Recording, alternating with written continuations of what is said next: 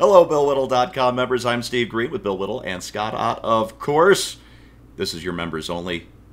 Right angle. You know what that means, don't you? Oh, yes, it's another lightning. You're killing me, Larry. You're killing me. I blame myself. I blame myself, too. I do it for two reasons. One, the members love it, and two, you guys hate it, and that just makes me so happy. And three, you like Roman numerals. You know, I'm not the one who went with Roman numerals. You can't pin that on me. I know. I went with Roman numerals because I was going to hope I could maybe double up on one of these lightning pictures, but obviously that's not going to happen. No. I'm actually going to start a new episode series called Thunderbolt Round, so we can have Thunderbolt and lightning. Oh, very frightening. All three of us. All right, shall we get right to it? We're going to start, Bill, with you this week, I think.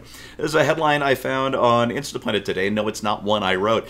From sunny Italy, Glenn Reynolds writes, home of newfound gun freedoms, if you can believe this, right there in the European Union. Citizens are enthusiastically responding to relaxed new gun laws by applying for licenses, buying new guns at record and accelerating pace. The new law doubles the number of weapons licensed citizens can own and also eliminates limits on magazine capacity. How does it feel, Bill, knowing that Italy is a little more liberty-minded than your own California? Yeah, it's a lot of things more than my own California. And I say, first of all, it's wonderful news. Secondly, I remember during the big migrant influx, it was 15, I think, wasn't it, 2015? That you couldn't, that there was not a weapon for sale in Europe. That there you simply was not one you could not get for love or money. It was just absolutely off the table. And I imagine that certainly my experience has been with foreigners, especially Europeans that come to the United States, taking them out shooting. They just lose their minds over it. They just love it. And it's like it's always the same response, right? You feel that little kick there that you just got? Yeah, that's freedom. That's freedom kicking you in the shoulder there. See, it's kind of nice. Got a nice ring to it. I suspect that the reason that the rise in sales has gotten so aggressive would be that it's as clear to me anyway that the people of Europe have realized the failure of these elites' policies a long, long time before the elites realized them themselves enough to change them. And I suspect that the Italian people are just looking at, having all of this stuff rammed down their throats, whether they like it or not. And didn't Britain vote to leave the European Union at some point? Yeah, that's supposed to be happening any day now. Any time now. So so this is what they think of the will of the people over there. And we're heading down that road pretty fast ourselves.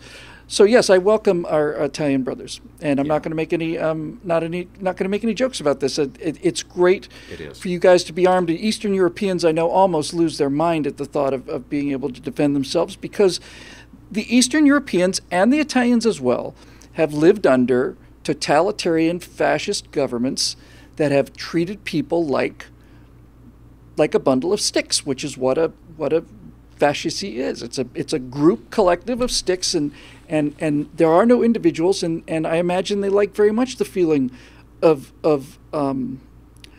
being taken seriously. Yeah, and Bill, you mentioned these fascist rulers of Europe. Before the EU, they had Mussolini and Hitler. Precisely correct. I just had to slide that one in there. And you know what? Off topic, but I'm so proud. My 12, almost 13-year-old is going into competitive shooting. I got him a 17 HMR single or a bolt action rifle for his 12th birthday last year, which is just a kick in the pants to shoot. I love that thing too. And for his 13th birthday, he's not home yet, so I don't even have to whisper.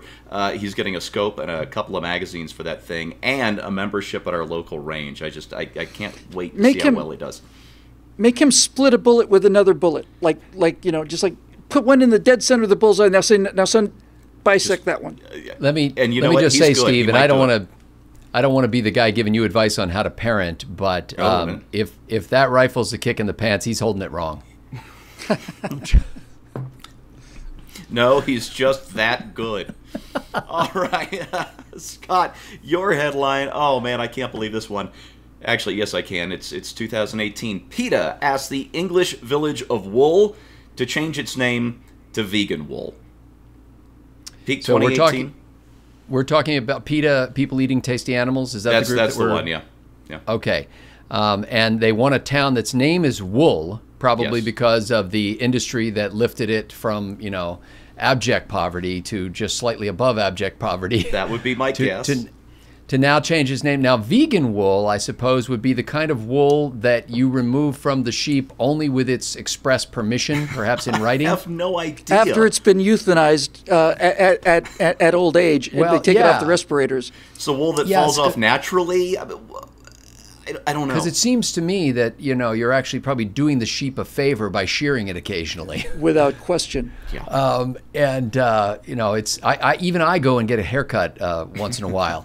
So, you know, that I think that Glenn Reynolds, I don't know if he coined this, but I think he repeatedly uses this phrase for just such an occasion, that here's another group of people who perhaps have had a serious origin with genuine concern and have descended into beclowning themselves.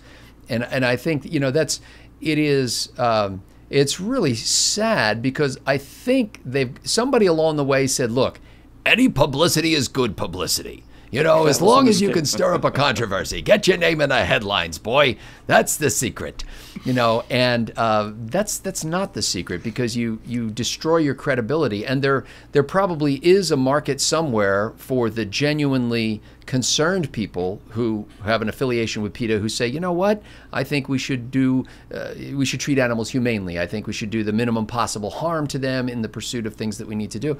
But you just completely cast that away when you become absurd and start telling villages to rename themselves.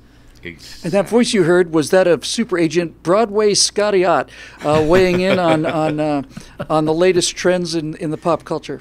Give me a C. Give me a bouncy C. Give me a bouncy C. Kid, listen. Wow, I can't believe I pulled that one out. Bill, where are we? Oh, I love this. It's from the UK Daily Mail, which always has the best headline. Bill and Hillary Clinton kicked off a 13-city paid speaking tour in Canada, where bank executive lobbed questions at them in a half-empty hockey arena as they accused Trump of being a Saudi cover-up, or being part of a Saudi cover-up. And it was Bill and Hillary, I actually read the article, which was quite long, just indulging in every single fashionable conspiracy theory that's popular on the left right now. Is she running again?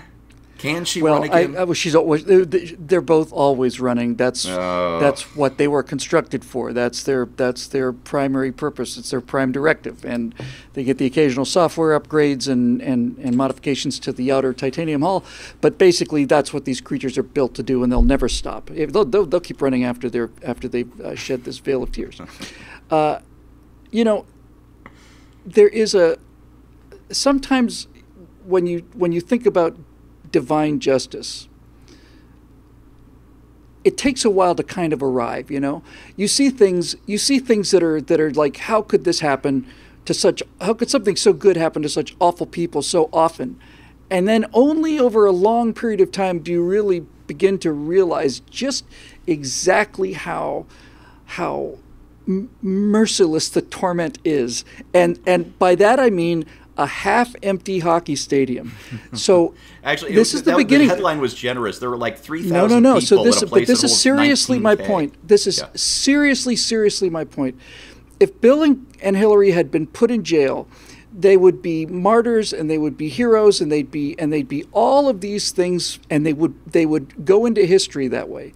The worst thing that you could do to Hillary Clinton is allow her to live for another 4, 5, 10, 15, 20, 30, 40 years, realizing that she blew the easiest election in the history of the country, and furthermore, that she's now playing to half-full Denny's, and that's the worst thing you can do to these people, is to show them that their popularity and therefore their relevance is over. They're kind of like watching the Beach Boys touring in like 1990. You know, it's like they call themselves the Beach Boys, and there's still two guys from the Beach Boys in it and stuff, and the music sounds kind of the same, but it's just sad. And it's a Clinton administration tribute band, is what it is. That's exactly what it is. It's exactly what it is. It's two people covering the 90s. They're covering all the favorite 90s themes. Yeah, from 92 to 2000. And and the name of their band is The Original Artists. Yeah. Anyway, there you go. You know, I just got a Facebook notification that the Rolling Stones are coming to Denver for a concert. I think early next year. And the last time I saw the Stones play, it was up in Denver. It must have been back in 1998 or 99. And even back then, we didn't have very good seats. We're kind of up and to the side. You could see Keith Richards, when he wasn't in the spotlight, he was sucking on an O2 bottle because, you know, Mile High City. How is he going to hack it 20 years later? The poor guy. Anyway, I'm sure the music's going to be okay. I love that meme that says, you know, all of us should get up every morning and seriously think about what kind of world we're going to leave to Keith Richards. That's right. That's one of it might be my favorite meme of all time. The photo is black and white with the high contrast. You know, his face looks like a series of canyons. Yeah. That meme is just brilliant. Where was I? Scott. Barbara Streisand says women who support Trump are stupid, only do what their husbands do. Oh, dear Lord, I wish that were true. My wife would be so much easier to manage. She makes a good cup of coffee. She's going to watch this and neuter me. For those of you who are concerned, Steve's studio actually doubles as a safe room that can be locked from the inside, so that's good. Well, Barbara Streisand always has something intelligent to say, and so far be it from me to want to correct her. I think I actually love hearing stuff like this because, and again, I'm the perfect guy to ask this because I was not a Trump fan, and I don't consider myself a Trump fan now. I just kind of say when I agree with him and when I don't. Yeah. But I think the fundamental misunderstanding by the Democrats as to what they were actually facing is what lost them this election. I mean, Hillary Clinton should have walked away from this singing to her coronation. There's really no excuse. There is no excuse for them to have lost this election except their own hubris. And when they and this can happen to anybody, by the way. So sure. don't get cocky, kid. When you get to the point where you think I am so right that everybody else is an idiot, then I think you are in jeopardy. And by saying, well, gee, how could women have voted for Donald Trump? Well, it must be because their husbands told them to, and they're idiot women.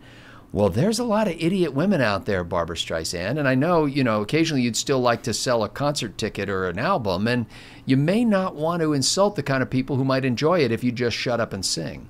Yeah, somebody on Twitter said that if that were true, there would never be any women buying Barbara Streisand albums.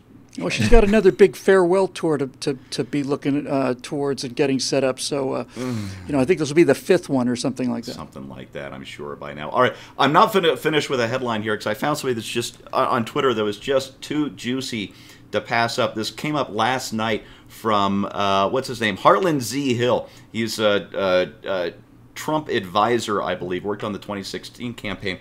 And he appeared on Fox News on Tuesday night. And he tweeted out afterwards, I debated Hillary Clinton's former senior advisor, and this is a long-time advisor, like for decades, Philip Raines tonight. And then he makes 3 points. 1, afterwards, he, meaning Philip Raines, a Clinton advisor, came at me screaming like a maniac. I thought he was going to cry. 2, he told me to clean the pubic hair off my face, whatever that means. And 3, best part, he had no pants on. He was wandering around the halls of Fox News, pantsless, the long-time Hillary Clinton advisor. This is not The Onion, folks. Apparently, this actually happened in the halls of Fox News on Tuesday night. And I just want to say, I got off a gag in the very early days of Vodka Pundit, just in the months after 9/11, when I said the most shocking thing America saw on 9/11/2001 was the sight of Ted Kennedy on the Capitol Hill steps singing God Bless America sober and with his pants on. And it only took about 17 years, but reality finally trumped that Steve. gag. I know. But aren't they all? Anyway, that is your members only lightning round for the week. Thanks so much for sticking around. Scott, thank you for being here this week. I know it's been a tough one, and we really appreciate it, and our condolences and our hearts go out to you. So absolutely. Thanks for your membership, and we'll see you next time.